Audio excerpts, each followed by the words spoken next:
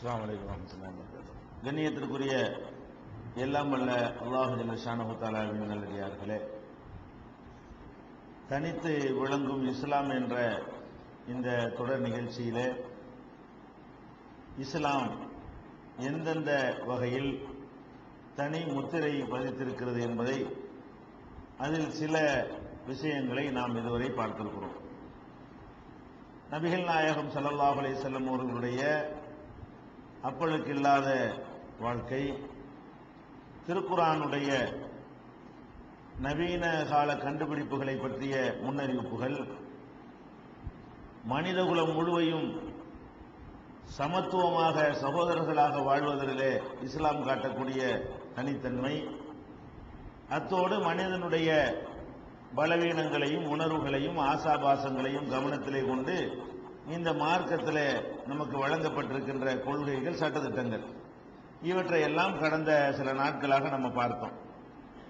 அந்த வகையில் இன்னொரு முக்கியமான ஒரு விஷயத்தில் இஸ்லாம் தனித்து விளங்குகிறது. அது என்ன விஷயம் என்று சொன்னால், குழப்பமில்லாத ஒரு ஆன்மீக பாதை.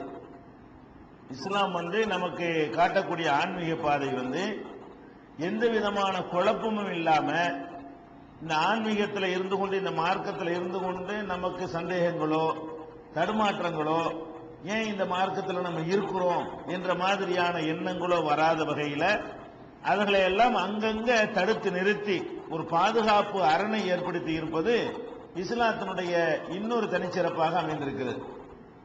இதை கொஞ்சம் விவரமாகவே நம்ம புரிந்து கொள்ள வேண்டும். இந்த உலகத்தில் நம்ம வாழும்போது மனிதர்களுக்கு மத்தியில் நிறைய ஏற்றத்தாழ்வுகள் இருக்குது. பொருளாதாரத்தில், வசதியில், புள்ள குட்டிகளில், ஆள் பலத்தில், செல்வாக்கில், இது மாதிரி பல விஷயங்கள்ல ஒருத்தர் மாதிரி ஒருத்தர் இல்லை. யாரிடத்துல சில விஷயங்கள் இல்லாம இருக்கிறதோ அவர் என்ன செய்யறாருன்னா ஒரு விரக்திக்கு ஆளாயிடுறாரு. ஒருத்தட்ட நிறைய பணம் இருக்கிறது, இன்னொருத்தட்ட பணம் இல்லை. பணம் இல்லாதவர் நல்லவராக இருக்காரு, பணம் இருக்கிறவர் கெட்டவரா இருக்கிறாரு, பணம் இல்லாதவர் ரொம்ப நல்லவரா இருக்கிறாரு. நம்ம நல்லவரா இருக்கிறோம், எவனுக்கெல்லாம் பணம் இருக்குது, நம்மள மாதிரி ஒரு தொழுகையாளிக்கு, நம்மள மாதிரி நேர்மையா இருக்கிறாள்கிட்ட காசு இல்லையே அப்படின்னோம்னா அவருக்கு ஒரு ஆன்மீகத்தில் ஒரு குழப்பம் வருது. அவர் நம்ம எதுக்கு நல்லவனா இருக்குன்னு. அப்ப மற்றவர்கள்ட்ட இருக்கக்கூடியது ஒருத்தட்ட இல்லைன்னு சொன்னால் அப்ப ஒரு விதமான குழப்பத்திற்கு மனிதன் ஆளாகிறான். அதே மாதிரி நிறைய நம்மள்கிட்ட இருந்தது, காசு பணம் செல்வம் எல்லாமே இருந்தது இல்லாம போயிடுது. இருந்துட்டு இழந்துடுறோம். அப்படி இழந்துரும் போது நம்ம என்ன நினைப்போம், நம்ம என்ன செஞ்சோம், எவனோ கொள்ளையெல்லாம் செய்யறாங்களா, அப்படிலாம் நம்ம நடக்கலையே, நம்ம உண்டு நம்ம வேலை உண்டு தானே இருக்கிறோம், நம்ம செல்வம் எதுக்கு போகணும், நம்ம எதுக்கு எல்லாத்தையும் இழக்கணும், நமக்கு எதுக்கு நஷ்டம் வரணும், பூகம்பத்தில் நம்ம வீடு எதுக்கு இடிஞ்சு விழுவணும், எவ்வளவு கேடு கட்டவங்க எல்லாம் இருக்கிறாங்களே அப்படின்னு செல்லத்தை இழந்துரும் பொழுது, இல்லாம இருக்கும் பொழுது ஒரு மாதிரியான மனக்குழப்பம் மனுஷனுக்கு வருகிறது. அல்ல இருந்ததை இழந்துடுறான் பாத்தீங்களா, அந்த நேரத்தில் அவனுக்கு என்ன வரும், யாரு எந்த மனுஷனுக்கு சொல்றோம், எவன் கொஞ்சம் நல்லவனா வாழ நினைக்கிறான்னு அவனுக்கு ஆன்மீகத்தில் உள்ளவனுக்கு தான் ஆன்மீகம் வழிகாட்டு. அதெல்லாம் இல்லைங்கிறவனுக்கு பேச இயலாது. யாரும் ஒரு ஆன்மீக பாதையை தேர்ந்தெடுத்து கொண்டு இது நல்ல வழிதான் அப்படின்னு சொல்லி வாழ விரும்புகிறானோ அவனை விட மற்றவன் நல்லா இருக்கிறான். இவனுக்கு இழப்பு வருது, அவனுக்கு இழப்பு இல்லை, வருமானம் அதிகரிச்சுக்கிட்டு இருக்கிறது, அவனுக்கு செல்வம் செல்வாக்கு அதிகரிக்குது, இவனுக்கு இருந்ததெல்லாம் கொஞ்சம் கொஞ்சமா டவுன் ஆகி கொண்டு இறங்குமுகமாகவே போய் கொண்டிருக்கிறது.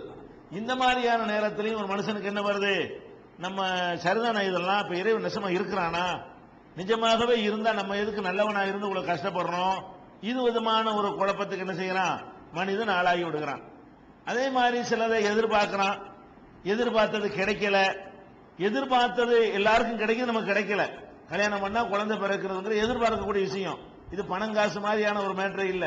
ஆனால் அவனுக்கு என்ன இல்ல, குழந்தை கிடைக்கல. அவன்லாம் கல்யாணம் பண்ணி ஒரு வருஷத்துல புள்ள பத்து விட்டான், அவனுக்கு 7 வருஷம் ஆகுது அப்படிங்கிற மாதிரி நினைக்கும் போது என்னவாகுது, அவன் கெட்டவனா இருக்கிறான், நம்ம நல்லவனா இருக்கிறோம், கெட்டவனுக்கு 4 புள்ள, நல்லவனுக்கு பிள்ளையே இல்லை, என்னங்கப்பா இது அப்படிங்கிற மாதிரி அவனுக்கு எதிர்பார்த்த ஒன்று கிடைக்கல என்று சொன்னா அந்த நேரத்தில் அவனுக்கு ஒரு குழப்பம் வர்றதையெல்லாம் நம்ம பார்க்கிறோம்.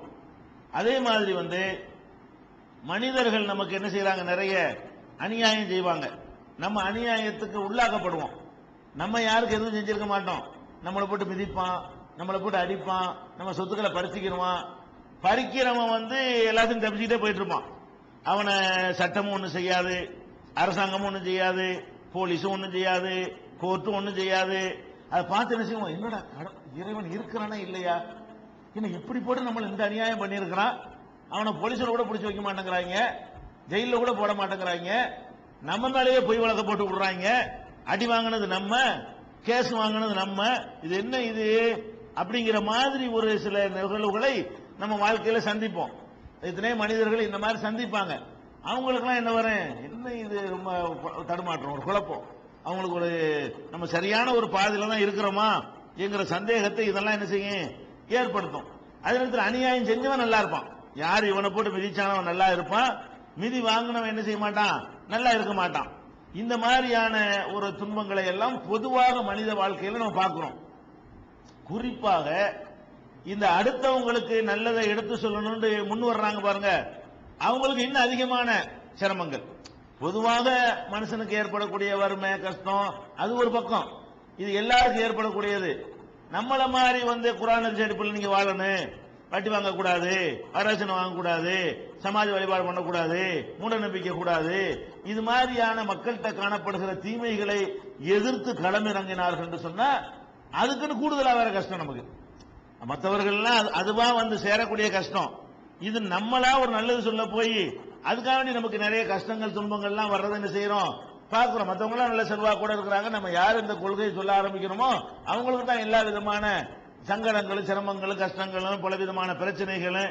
வீட்டில் நிம்மதி இருக்காது, உலகத்தில் நிம்மதி, தெருவில் நிம்மதி இருக்காது, வீட்டில் வாப்பாட்ட போய் பேச முடியாது, தாய் நம்மளோட பேச மாட்டாங்க, அது மாதிரி அண்ணன் தம்பியரோட உறவு இருக்காது, பொண்டாட்டிக்கும் புருஷனுக்குமே சில விவகாரங்கள் ஏற்பட்டு இந்த மாதிரி இருக்க வேண்டிய நம்ம ஒரு சரியான மார்க்கத்தை இன்னும் கொஞ்சம் தீவிரமா கொள்கையில கடைபிடிச்சோம்னு சொன்னா அந்த மார்க்கத்தில் உள்ளவங்களாலேயே நமக்கு என்ன வரும், இணைஞ்செல்லாம் வருது. அப்ப என்ன நினைக்கிறோம், நம்ம பக்கம் தானே கை ஓங்கிக்கிட்டே இருக்கணும், அது அவங்க பக்கம் கை ஓங்கிக்கிட்டே இருக்குது, நம்ம தானே கஷ்டப்பட்டு இருக்கிறோம் அப்படிங்கிற மாதிரி. நம்ம நம்ம வாங்கிட்டு தான் அடி கொடுத்த மாதிரி இல்லையே, போத நம்ம தான் அடி வாங்கிட்டு இருக்கிறோம் அப்படிங்கிற மாதிரி நினைக்கும் போது நம்ம என்ன செய்யறோம், என்னப்பா ஒன்றும் சரியில்லைப்பா, எதுவுமே சரியில்லை அப்படிங்கிற அளவுக்கு வந்துடுறான் மனுஷன். எனக்குதா என்னப்பா தொழு வர்றது, என்னத்தை தொழுது அப்படின்றான், நோன்பு வைக்கிறது என்னத்தை நோன்பு வைக்கிறது. ஏன் அவனுக்கு அதை பாதிப்பு வரும்போது ஓரளவுக்கு செஞ்செல்லாம் செஞ்சு பார்க்கறான், ஒன்னும் இல்லைன்னா என்ன ஆயிடுறான், பலவிதமான குழப்ப நிலைக்கு மனிதன் ஆளாகி விடுகிறான். இதனால என்னவெல்லாம் ஏற்படுது, இதனால ஏற்படுற விளைவுகள் பலவிதமாக மனிதர்களை இது மாத்துது.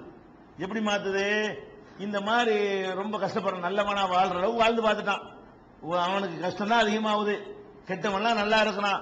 அவன் என்ன செய்யறான், கடவுள் மறுப்பு கொள்கைக்கு போயிடுறான். பெரும்பாலும் இந்த நாத்திகத்துக்கு போறவங்க எல்லாம் அவங்க வாழ்க்கையில இப்படி ஒன்று சந்திச்சவங்க தான்.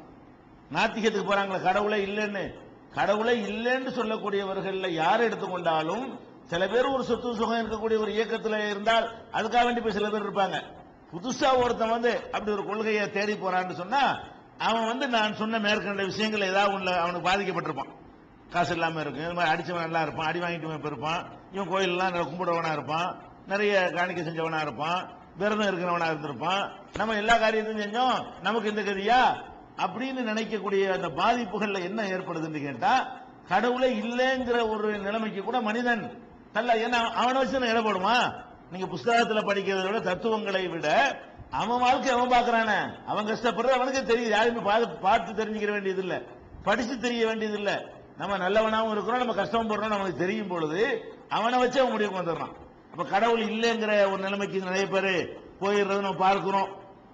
அதுக்கடுத்து என்ன செய்யறான், அந்த அளவுக்கு ஒருத்தன் போவாட்டா கூட சில பேர் என்ன செய்யறான், கடவுள் இருந்தா இருந்துட்டு போறாரு, அது ஒரு மேட்டர் இல்லைன்னு சொல்லி எதுக்கு நம்ம நல்லவனா இருக்கணும், அவனை மாதிரி நம்மளும் கலப்படம் பண்ணுவோமே, நம்மளும் அவனை மாதிரி 2000 மாதிரி வியாபாரம் பண்ணுவோமே அப்படிங்கிற அளவுக்கு மனுஷன் என்ன செஞ்சிடறான், நல்லவனா இருந்து பார்க்கலாம், ஒன்னு வருமானம் வரமாட்டேங்குது, கெட்டவனுக்கு நிறைய வருது, நம்மள அந்த ரூட்ல நம்மளும் போய்க்கிறோமே அப்படின்னு சொல்லிட்டு ஆன்மீகத்தை விடாம அது மாதிரியான ஒரு காரியத்தையும் அவன் செய்கிறத நம்ம பார்க்கிறோம். சில பேர் என்ன செய்யறான், அவன் தற்கொலை முயற்சி கூட பண்ணிடுறான்.